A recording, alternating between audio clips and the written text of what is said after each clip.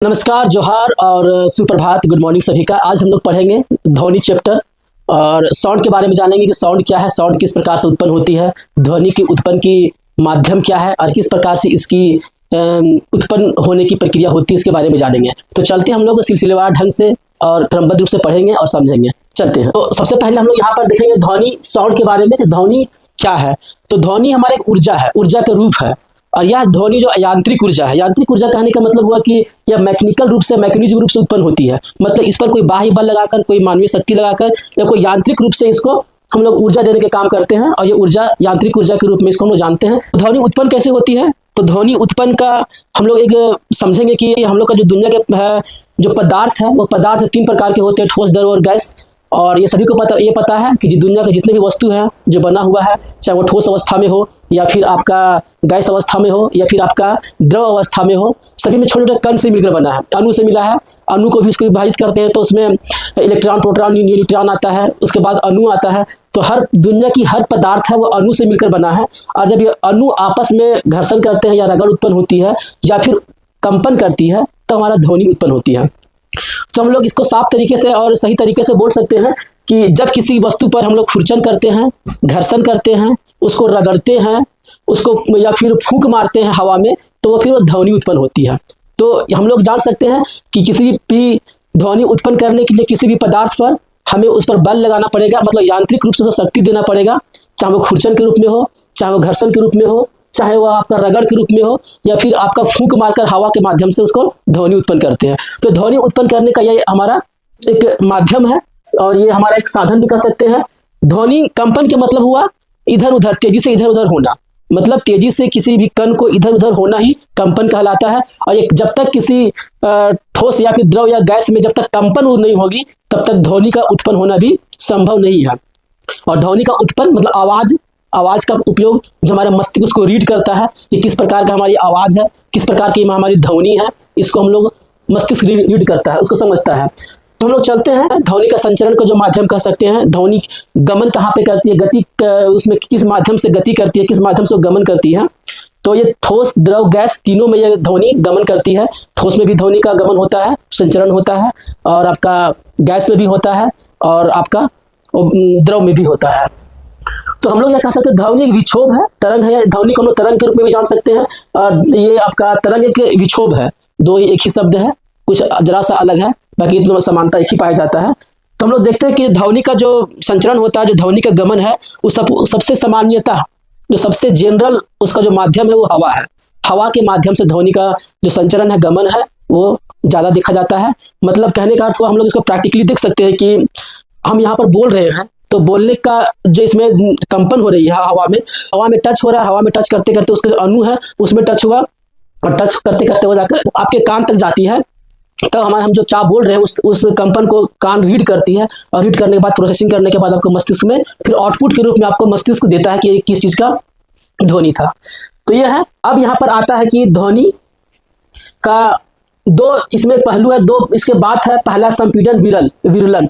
ध्वनि जो कंपन करती है, तो अभी बताया कि ध्वनि तभी उत्पन्न होगा जब उसके किसी पदार्थ के अणु कंपन करेगी। तो कंपन करने का मतलब क्या हुआ कि उसका अणु आगे पीछे जाएगा, आगे पीछे कंपन करेगी, या फिर आगे की ओर धक्का देगा या फिर पीछे की ओर धक्का देगा। ये तो दो हो सकता है।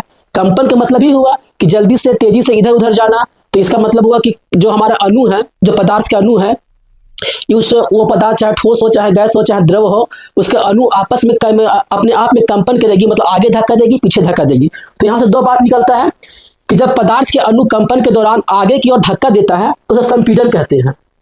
जब पदार्थ के अणु आगे की ओर धक्का देगी तो उसे संपीड़न कहते हैं, इंग्लिश में उसे कंप्रेशन कहते हैं। और इसको हम लोग जो है सी से सूचित करते हैं, सी से डिनोट करते हैं।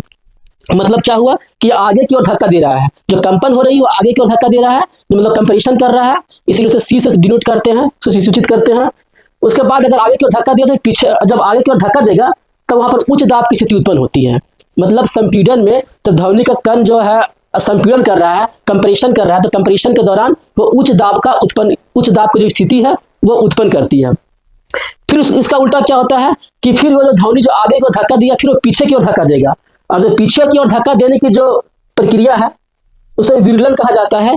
इंग्लिश में से रैरिटी कहते हैं, और इसे आर से सूचित करते हैं। मतलब यही आपका कहने का मतलब हुआ कि विरलन और संपीड़न, ये दोनों विरलन और संपीड़न की प्रक्रिया से ही हमारा ध्वनि उत्पन्न होता है।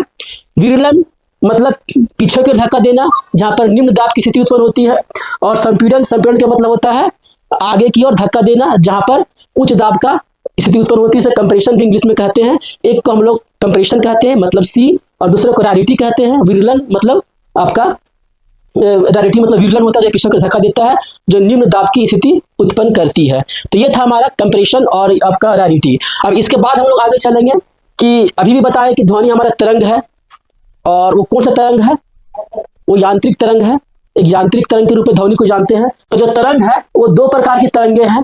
पहला तरंग हमारा अनुधारी तरंग है, और दूसरा तरंग हमारा है अनुप्रस्थ तरंग है। अब तरंग के बारे में भी हम लोग जानेंगे कि तरंग क्या होती है। अनुप्रस्थ तरंग और अनुधारी तरंग में क्या है कि अनुधारी तरंग का हम लोग इसको ऐसा समझेंगे कि अनुधारी तरंग जो है, जो आपका माध्यम का जो कण है, अभी बताएं कि दुनिया के सारा पदार्थ में कण है, सभी छोटे छोटे कण मिलकर एक पदार्थ, एक पिंड का निर्माण करता है।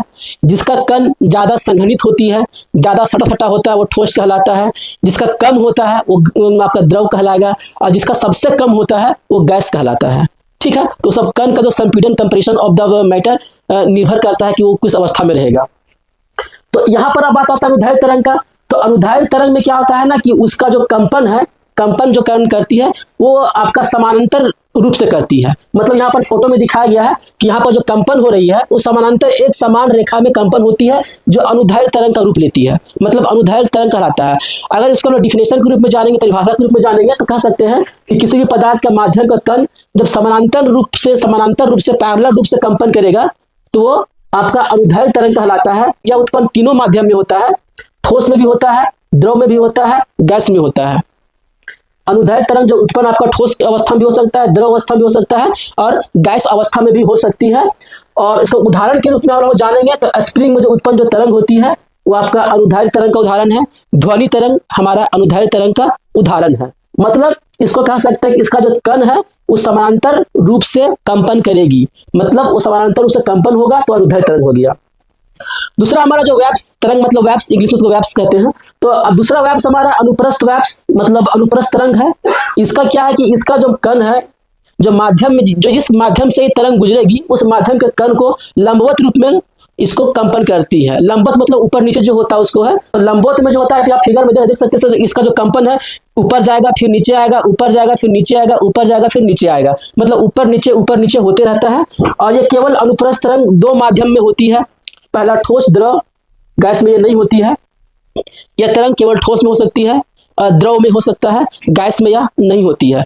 और इसका उदाहरण है जल में तरंग। जो जल का जो तरंग होता है वो हमारा अनुप्रस्थ तरंग है। प्रकाश का जो तरंग है जो हवा में होता है वो आपका अनुप्रस्थ तरंग है। और उष्मीय तरंग जो है वो हमारा अनुप्रस्थ तरंग है। अब इसमें बात आता है कि तरंग है, तो अब यहाँ पर दो चीज की बात आती है कि अभी हम लोग तरंग पढ़े, अनुधारी तरंग पढ़े, अनुप्रस्थ तरंग पढ़े, तो ये दोनों के बात में अभी हम लोग समझे हैं। अब दूसरा बात यहाँ पर है कि इसके बाद का जो हमारा प्रसंग है, टॉपिक्स है कि वो तरंगधारी। अब तरंगधारी क्या है? तरंगधारी है संपीड़न और आपका विरलन, that means compression and rarity. जब कोई दो क्रमागत मतलब एक ही क्रम में, ये एक क्रम मतलब एक ही क्रम में जो है, जब दो क्रमागत या तो संपीड़न का हो या फिर आपका विरलन का हो, उसके बीच की जो दूरी है वही तरंगधारी कहलाता है। मतलब फिगर हम लोग समझेंगे कि हमारा चल रहा है ये दूरी, मतलब ये तरंग चल रहा है, यहाँ की दूरी और यहाँ की दूरी, ये दोनों की दूरी, यहाँ के बीच की दूरी, ये कहलाता है तरंगधारी कहलाता है। और तरंगधारी को हम लोग ग्रीक भाषा का एक अक्षर है, उल्टा वाई की तरह होता है, जिसको लैम्डा कहते हैं। इस लैम्डा से इसे सूचित करते हैं। क्योंकि ये नाम भारतीय नहीं है, क्योंकि हम लोग सब जानते हैं कि जितने प्रकार का भी खोज हुआ, आविष्कार हुआ है, या तो लैटिन में हुआ है, या तो ग्रीक में हुआ है, या तो फिर कोई फ्रेंच में हुआ है, या कोई अमेरिका में हुआ है। वहाँ की भाषा जो चुना गया उसी को हम लोग जान रहे हैं, उसी को मतलब वो समझते हैं। लैम्डा ये हमारा भारतीय अक्षर नहीं है, ये ग्रीक भाषा का शब्द है। और वो लैम्डा मतलब हम लोग उल्टा वाई समझेंगे देहाती रूप में, कि उल्टा वाई इसको हम लोग बोलेंगे, उल्टा वाई की तरह रहेगा, इसको लैम्डा कहेंगे। और यही लैम्डा से हम लोग तरंगधारी को सूचित करते हैं, इसको डिनोट करते हैं। और इस तरंगधारी का मात्रक एसआई मात्रक मतलब यूनिवर्सल मात्रक आपका मीटर है। मात्रक दो प्रकार के होते हैं, एक होता है सामान्य मात्रक, जनरल मात्रक। उसका माप तो पूरे दुनिया में बराबर नहीं मिलेगा सामान्य मात्रक का, कहीं पर कम, कहीं पर बेसिक, कहीं पर ज़्यादा, कहीं पर कम, वो सामान्य मात्रक होता है। लेकिन जो एसआई मात्रक होता है, यूनिवर्सल मात्रक होता है, मतलब पूरा दुनिया में उसका मात्रक वही है। अगर वो पूरा दुनिया में 1 kg है तो 1 kg है, मतलब अगर तरंगधर के रूप में समझेंगे कि पूरा दुनिया में 1 लैम्डा है तो पूरा 1 लैम्डा है, पूरे विश्व में मानेगा। लेकिन भारत में क्या है, कहीं पर किलो है, कहीं पर पौवा है, इस तरह का चलता है। तो ये यूनिवर्सल मात्रक और सामान्य मात्रक अलग अलग चीज़ है। तो ये आपका आ गया एसआई मात्रक, आपका लैम्डा का ग्रीक शब्द में है, और इसका एसआई मात्रक एम होता है। और जो आपका अभी बताइए हम तरंगदैर्घ्य, दो क्रमागत विरलन या फिर आपका संपीड़न के बीच की जो दूरी है उसे कहा जाता है आपका तरंगदैर्घ्य। इसके बाद हम लोग देखते हैं कि कुछ दोलन, पेंडुलम। आप लोग पेंडुलम का नाम सुने होंगे। पेंडुलम क्या होता है, घड़ी आप लोग देखेंगे, घड़ी अब आज के ज़माने में ऐसा घड़ी नहीं मिलता, तो ऑटोमेटिक आ गया, स्मार्ट वॉच आ गया है, अलग अलग आधुनिक तरीके से मॉडर्न टाइप का भी बहुत सारे घड़ी उड़ी दिखने मिलता है। लेकिन आज से 20-25 साल पहले, 30 साल पहले जो घड़ी दीवार घड़ी होता था उसमें लोलक रहता था, जिसको पेंडुलम कहते हैं। और ये पेंडुलम आवृत्ति का, और जो हमारा जो अभी टॉपिक से ध्वनि का, उसको समझाने का आसान तरीका था। आसान तरीका क्या है कि इस प्रकार का रहता था यहाँ पे, और ये ऐसा बनता था, ये इस प्रकार का टिन टिन आवाज करता था ये वाला। तो इसी के माध्यम से हम लोग समझेंगे, इस प्रकार का बनता था। इसका यहाँ पर पिन लगा हुआ भी यहाँ का ये है, तो हम लोग समझेंगे कि क्या है, कैसा है।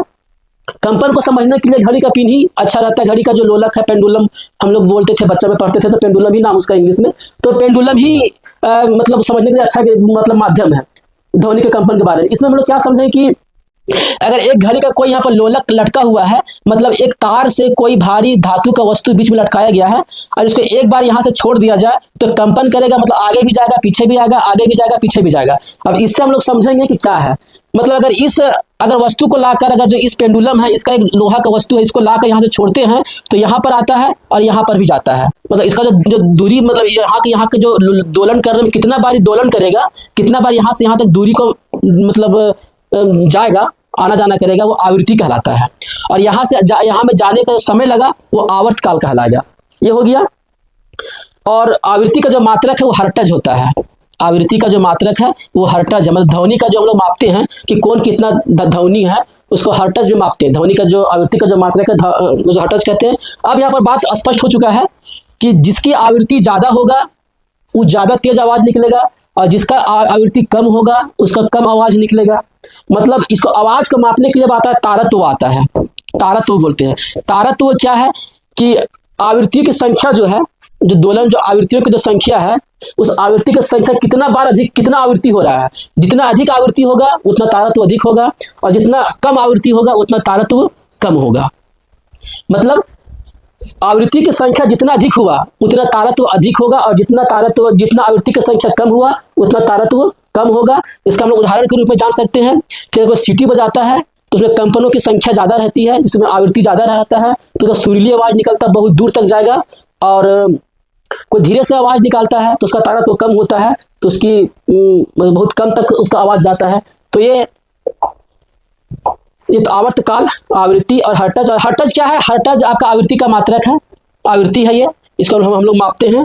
और हर्ट्ज, इसका भी हमारा भारतीय से कोई संबंध नहीं है। इसका कोई रुडोल्फ हर्ट्ज नाम कोई वैज्ञानिक था, और इन्हीं ने इसका आविष्कार किया, रुडोल्फ हर्ट्ज। और इस हर्ट्ज को आवृत्ति का मात्रक बताया गया है। और साथ में कहा गया कि हर्ट्ज को हम बचपन पहले हजारीबाग समझते थे, जब हम पहले बच्चे थे, और हमारे सर पढ़ाते थे कि ये इतना हर्ट्ज है, इतना हर्ट्ज है, मतलब प्रासरभ जो सीमा है 20 हर्ट्ज से लेकर 20,000 हर्ट्ज तक है, जो आगे के चैप्टर पढ़िएगा तो उसमें समझते थे हजारीबाग समझते थे। हजारीबाग नहीं है, हर्ट्ज है ये वाला, SZ। तो ये था ध्वनि का आवृत्ति का मात्रक और तारत्व है। और भी विशेष टॉपिक्स पढ़ेंगे।